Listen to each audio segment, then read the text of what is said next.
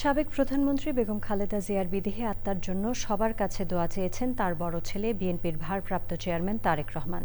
রাজধানীর মানিক মিয়া অ্যাভিনিউয়ে বেগম খালেদা জিয়ার জানাজার নামাজ শুরুর আগে সবার কাছে মায়ের জন্য দোয়া চান তিনি। জানাজায় অংশ নেয়া লাখো মানুষের উদ্দেশ্যে তারেক রহমান বলেন, দোয়া করবেন আল্লাহ তাআলা যাতে ওনাকে বেহেশত দান করেন। বিসমিল্লাহির রহমানির রহিম। আমি মরহুমা বেগম খালেদা জিয়ার বড় সন্তান তারেক রহমান। আমি আজকে এখানে উপস্থিত সকল ভাইয়েরা এবং বোনেরা যারা উপস্থিত আছেন,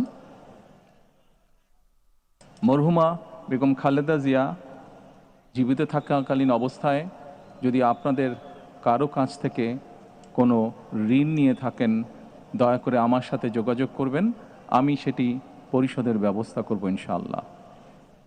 একই সাথে উনি জীবিত থাকাকালীন অবস্থায় ওনার কোনো ব্যবহারে, ওনার কোনো কথায় যদি কেউ আঘাত পেয়ে থাকেন, তাহলে মরহুমার পক্ষ থেকে আমি আপনাদের কাছে ক্ষমা প্রার্থী।